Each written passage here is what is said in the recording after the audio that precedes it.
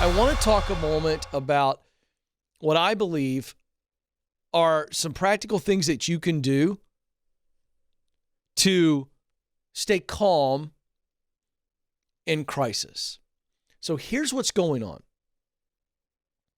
You are getting bombarded with 24-hour cable news, social media, and then you're talking to people that you're doing life with, okay? And right now, the only thing that anybody's talking about is the coronavirus and all the negativity and how does it affect us in very real ways. And it's scary. It's scary stuff. I don't know how you couldn't be worried and scared or at least feel down or negative if you're hearing a heavy dose or seeing a heavy dose of that kind of information. So how do you stay calm in a crisis? And especially this crisis. Here it is, 3 things. Number 1, I think you got to have a partial fast. I do the partial fasting, so does Madison. Are you still doing that, by the way? The partial fasting? Every day. And so what it is you fast for a certain amount of hours, and then you have your meals. And it's really a great, I think, health technique. But I think we have to do the same thing right now on TV. You have to have a partial fast on TV. That means you're only going to get caught up on TV news for a small amount of your day. I mean, a small amount. I think you could go 2 or 3 days without watching it at all. Now, Joe couldn't, but Joe has, we all have 4 basic food groups. Joe has 5. And Fox News is his 5th food group. Am I right, Madison? Yeah. If he could have an IV with Fox News in it, he would do it. He'd be the first person to sign up. I'm feeling frisky today, folks. All right? So here's the deal. You could go a couple days without it. You're going to hear the major stuff somehow. All right? That leads to number 2. You got to have a partial fast from social media because you're getting negative stuff from there too. Now, part of your fasting could be, I'm not going to watch certain channels, or I'm going to unfollow certain accounts right now. Whatever it takes. My point is, you've got to limit your exposure to media, social media, and then the third, negative friends. How many of you right now, you know it, you got some friends in your life that every time you talk to them, they're the real life Debbie Downer from Saturday Night Live. I mean, Debbie Downer. Okay? You could come in and go, well, heard some good news today.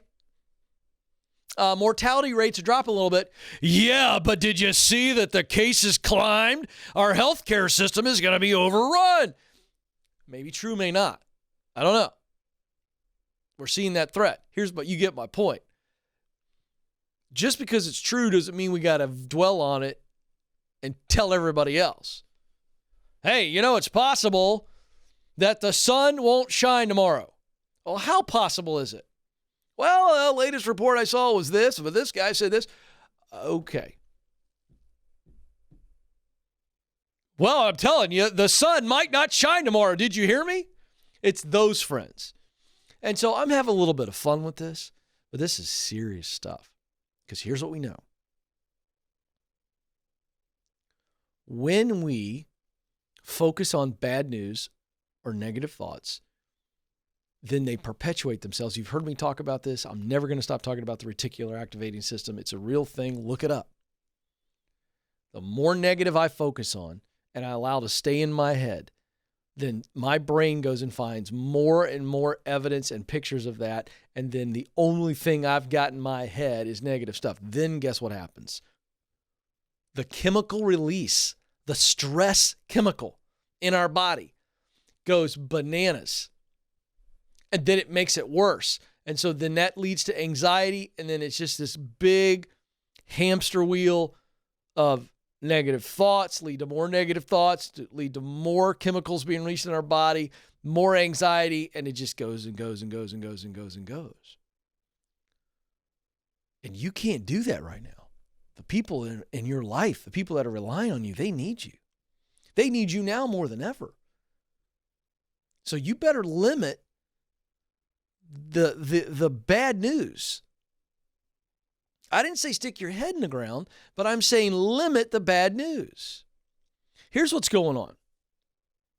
You realize how much pain is going on in our world on a normal day, not in the midst of the coronavirus? There's a lot of negative stuff out there. Now everybody's in the midst of this one crisis. Like, this is global. And so you have got your own concerns.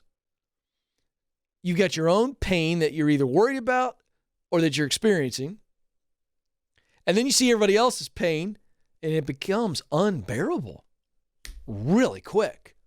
Panic attacks, the whole 9 yards, depression. This is real stuff. This is not something to minimize. How do we protect ourselves and keep a sense of calm?